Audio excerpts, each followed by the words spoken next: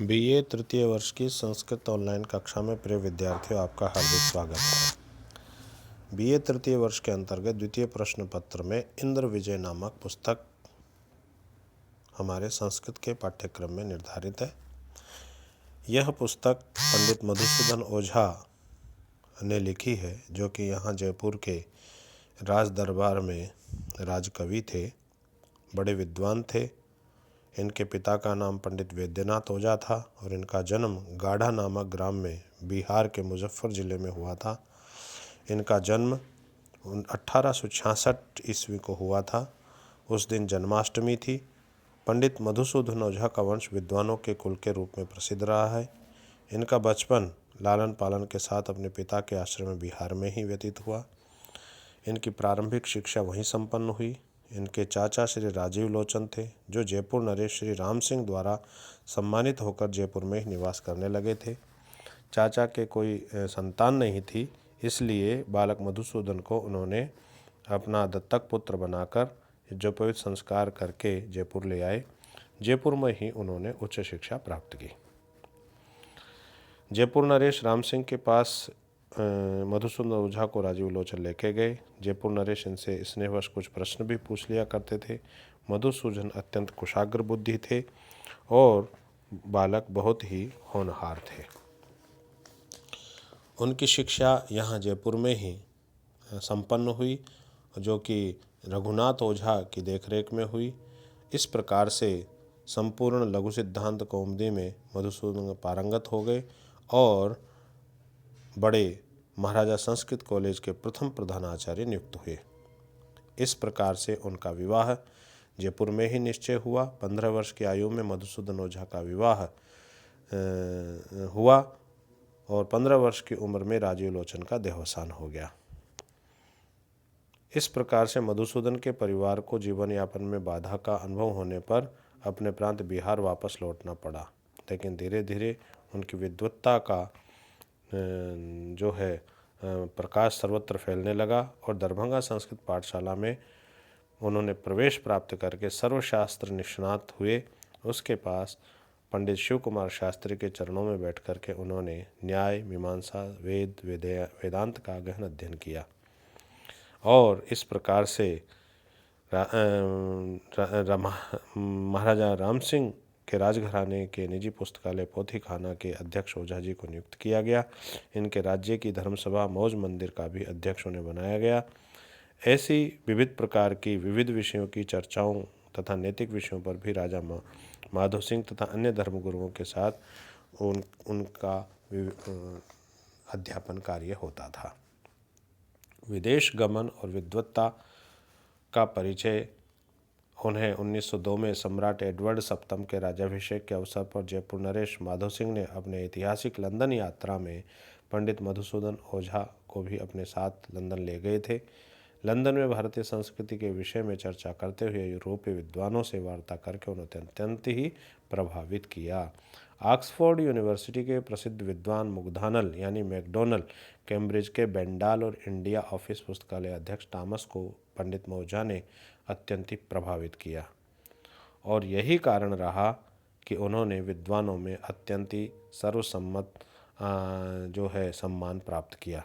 पंडित ओझा प्रत्युत्तरमति के धनी थे, आशु कवित्व शक्ति संपन्न थे और लंदन में टॉमस महोदय ने, जो स्वयं बड़े विनोदी स्वभाव के थे, पंडित जी से श्लोक रूप में एक प्रश्न किया और उसका उत्तर भी उन्होंने श्लोक रूप में ही दिया था। पंडित मधुसूदन ओझा की वैदिक साहित्य के प्रति अत्यंत ही अभिरुचि थी और उन्होंने वेदों पर बहुत बड़ा कार्य संपन्न किया और वेदों के मनमाने अर्थ करने से अत्यंत उद्विग्न वो हो जाते थे और ओझा जी की प्रतिभा और कुशाग्रता को देखकर वेदों के गूढ़ रहस्यों तथा तत्व ज्ञान को समझकर पुनर्जागरण के लिए प्रेरित किया गया था। पंडित मधुसूदन ओझा की लगभग 230 रचनाएं हैं, इनमें 50 से अधिक जो है प्रकाशित हो चुकी है।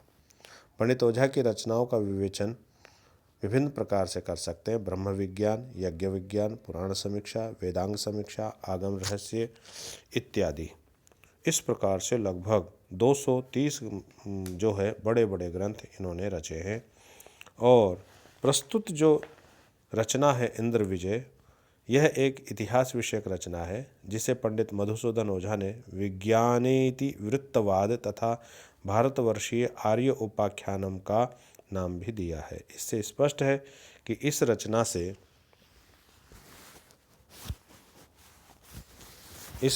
से भारतीय इतिहास को वैज्ञानिक आधार पर सत्य प्रमाणित सहित प्रस्तुत किया गया है। पंडित ओझा का इतिहास ग्रंथ रचना दो प्रकार की है, एक स्वतंत्र व दूसरी विज्ञान के प्रसंग में। विज्ञान प्रसंग के जो इतिहास ग्रंथ हैं उनको विज्ञान इतिवृत्तवाद अथवा विज्ञान वृत्ति पंचिका भी कहा जाता है। इंद्र विजय में 5 प्रकरण हैं। भारत परिचय या भौगोलिक रहस्य, आर्यदासीय या दस्यु उपद्रव अभिज्ञान, और विज्ञान भवन या सूर्य सदना अभिज्ञान, दस्यु निग्रह या दस्यु संहार युद्ध, विजयाभिनंदन या युद्ध शांति महोत्सव।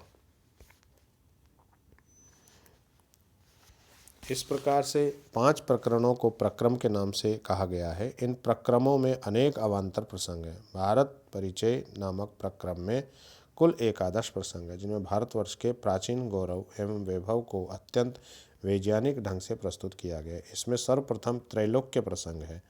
इस प्रकरण में स्पष्ट किया गया कि 3 प्रकार के त्रैलोक्य होते हैं, दिव्य, शारीर और भौम त्रैलोक्य। दिव्य त्रैलोक्य से तात्पर्य भूर्भुवः स्वः से है।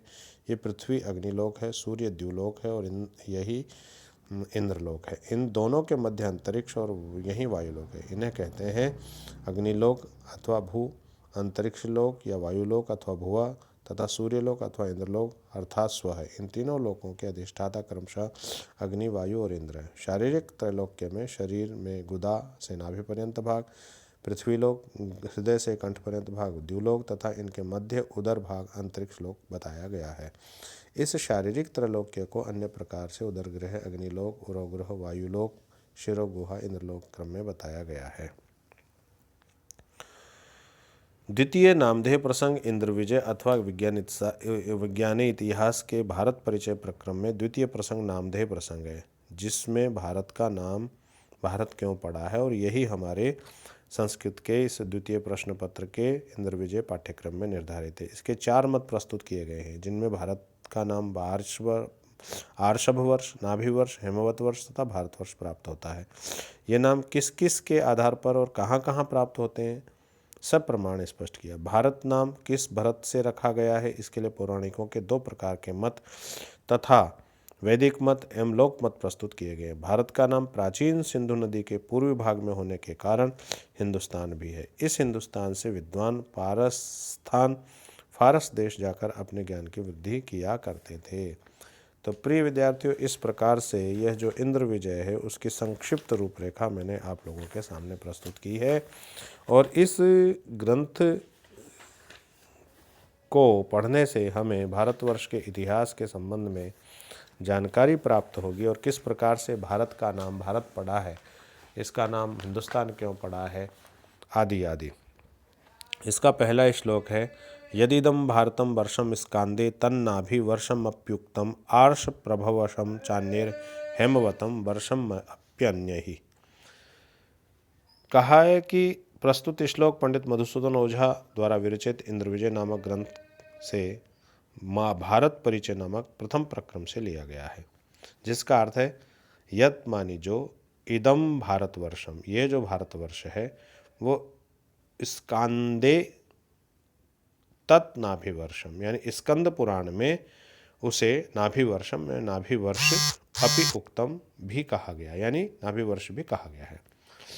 आर्षभव वर्षम, आर्षभव वर्ष च अन्य और अन्य विद्वानों द्वारा हेमवत वर्षम, हेमवत वर्ष अपि अन्य श्रेष्ठ जनों द्वारा कहा गया है, यानी भारतवर्ष, नाभिवर्ष और आर्षभ वर्ष नाम से 3 नाम जो है विद्वानों के द्वारा यहाँ भारत देश के कहे गए हैं।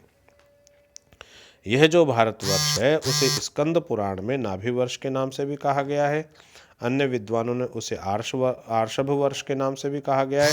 कुछ अन्यों ने भारतवर्ष को हेमवत वर्ष के नाम से भी कहा गया है। तो प्रिय विद्यार्थियों, नामधेय प्रसंग में इंद्र विजय के इस प्रसंग में हमने भारतवर्ष के प्रथम श्लोक में 3 नामों का अध्ययन किया है। वो नाम है भारतवर्ष, हेमवत वर्ष, आर्षभ वर्ष, नाभिवर्ष, भारतवर्ष, नाभिवर्ष, आर्षभ वर्ष तथा हेमवत वर्ष। ये 1, 2, 3, 4 नाम जो है इनकी सार्थकता इसमें प्रतिपादित की गई है। तो इसका आगे अध्ययन हम करेंगे। बहुत बहुत धन्यवाद।